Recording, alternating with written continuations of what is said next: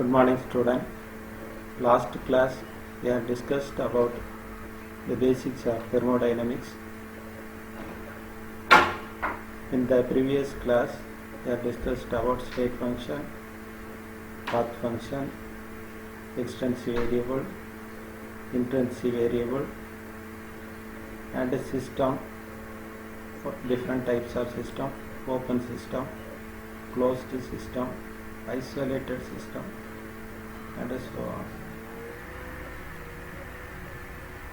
Like that, the process, that are the changes taking place in the system, that is adiabatic change, isobaric change, isothermal change,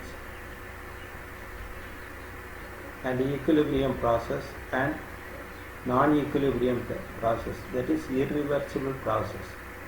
Equilibrium process, the reaction taking place in both the direction, but non-equilibrium process, it takes place in only one direction. Then up to this we have seen. In this class we are going to discuss detail about the first law of thermodynamics and second law of thermodynamics. The basics of first law of thermodynamics given by Thomson, and it is developed by Corner, Joule Thomson, like that. The important point in first law of thermodynamics is the heat. Heat is the evaluation of energy. It is also the another form of energy. When heat is absorbed or evolved, heat is flow, that is energy flow from the surrounding to the system, it is called positive sign.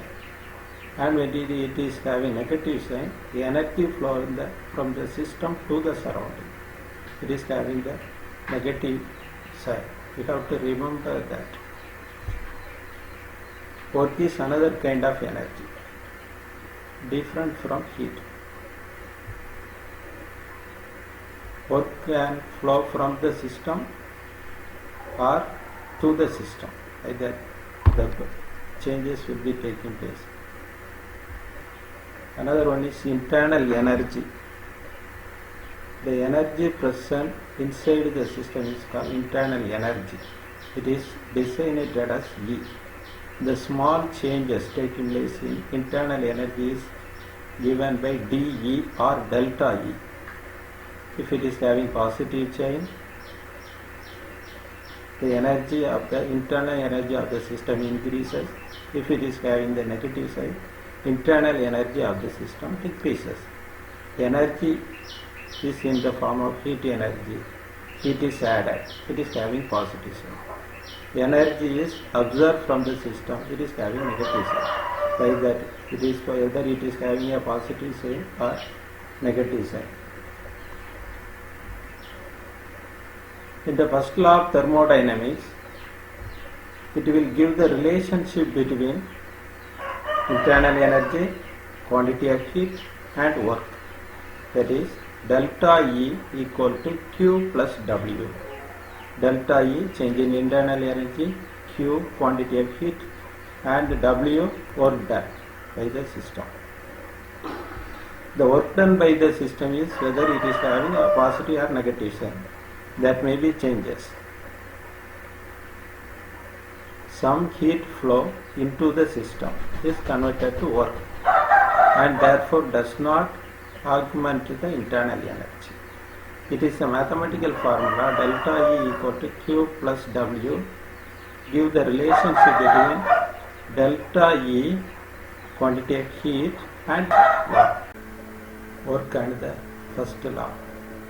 We can think about the work as a function of pressure and volume. That is dW equal to PdV, where PdV is the incremental small change in volume at pressure associated with the force and distance. Restate the first law of thermodynamics, dE equal to dQ minus PdV. Because negative sign, work is done on the system. And the energy change with volume and the heat. dE equal to dQ minus P dV from state 1 to state 2. For example, when we are heating water, it evaporates to water vapor. One state, liquid state, it is converted to another state, gaseous state. That is state 1, integral 1 to state 2 dV, change in internal energy, that is equal to state 1 to 2 integral dq minus P, pressure remain constant, change in volume, integral 1 to 2 dV. The yield, it is on integration we are getting E2 minus E1, that is equal to Q2 minus Q1 minus P V2 minus V1. That are the parameter. It is a variable. Internal energy, quantity of heat and volume are the variable. We are consulted with the equation QP small p, that is equal to Q2 minus Q1 multiplying PV term and rearrange, we are getting quantity of heat absorbed QP is equal to E2 plus PV2 minus E1 minus PV1. It is a measurable quantity.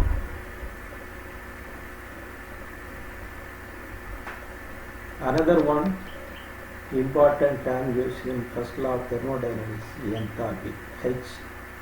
It is designated as H. H equal to A plus PV. H, enthalpy change in a reaction, that is equal to change in internal energy and pressure volume work. Total differential form of internal energy dV dH, that is equal to dV plus PdV plus VdV. On integrating, therefore differentiating the equation H equal to E plus V, we are getting this equation. For our integrated changes in state, we are applying state 1 to state 2. H1 is equal to E1 minus PV1 and H2 is equal to E2 minus PV2. Pressure remain constant. When pressure and volume remain constant, delta H is equal to H2 minus H1. Recall that the energy is not known, only the change is meaningful.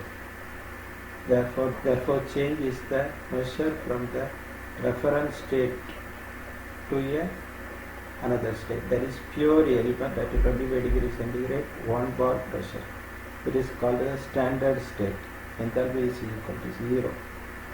That is called delta HF0.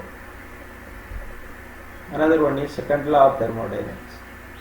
The first law of thermodynamics gives the relationship between internal energy, quantity of heat, work done and enthalpy. Now we are introducing another parameter that is called entropy in second law of thermodynamics. Entropy, it is the measure of disorderness. For reversible system, it is given by Ts, that is equal to dq by G, quantity of Q, quantity of heat absorbed, change temperature change. But for a irreversible process, it is always increasing. ds is greater than dq by G. Sum of the enthalpy in a system is not convertible into work. That is not convertible into pressure volume work because it is consumed in the increase in entropy, which could be restated that it requires some amount of work to increase the entropy. We have to do extra work to increase the entropy. Need for the second law of thermodynamics. The first law of thermodynamics not completely explained during any process, whether it is conserved or energy, that is equilibrium process, whether it is spontaneous or non-spontaneous process. It cannot be explained by the first law of thermodynamics. First law of thermodynamics nothing about in which direction a process will proceed spontaneously. It would not contradict the first law of thermodynamics. That is, full detailed explanation of the first law of thermodynamics is given by the second law of thermodynamics. The second law of thermodynamics is given by many statements. Kelvin statement, Clausius statement, second law of thermodynamics. It is impossible to construct an engine that working in cycle shall produce no effect other than the extraction of heat from a reservoir and the production of work. Like that Carnot cycle, it is explained by the second law of thermodynamics, Clausius formulation. It is impossible to construct an engine that working in cycle shall produce no effect other than the transfer of heat from a cooler to a hotter body. These are the formulation for a second law of thermodynamics given by Kelvin and the Clausius. Directional representation of a second law of thermodynamics. For a spontaneous irreversible process, entropy is always increasing. That is, change in entropy ds is greater than dq by g. Meaning of entropy and the second law. Entropy is the measure of disorderness, also called as randomness of a system. The higher the entropy of the system, the more disorderness it is. The second law stated that the universe always become more disordered in any real process. That is, entropy of a universe always increasing. It is having positive entropy. The entropy disorderness of a system can decreases, but in order for this is happen, the entropy of disorder of a surrounding must increases to a greater extent, so that the total entropy of a universe always increases. That is, entropy in general term, entropy of a universe always increases. Combining first law and the second law, it is written in a mathematical form.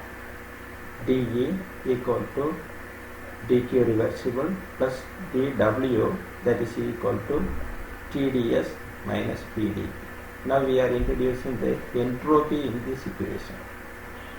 It is the process is at constant volume V, and the entropy towards dE is equal to 0. Nothing happens. The energy does not change in the system. That is, at equilibrium, D is greater than 0. Spontaneous reaction. Product to reactant. dE less than 0. Spontaneous reaction, reactant to product. That is the type of the reaction. In thermodynamics, temperature is always represented in Kelvin.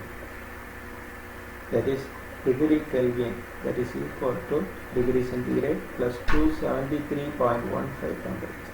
We have to add 273.15 degrees centigrade. Combining the first law and the second law, we are getting one form dE equal to TdS minus PdV. This is the key step, important step involved in the second law of thermodynamics. You have to remember that equation. We are going to use that equation in the next class calculation.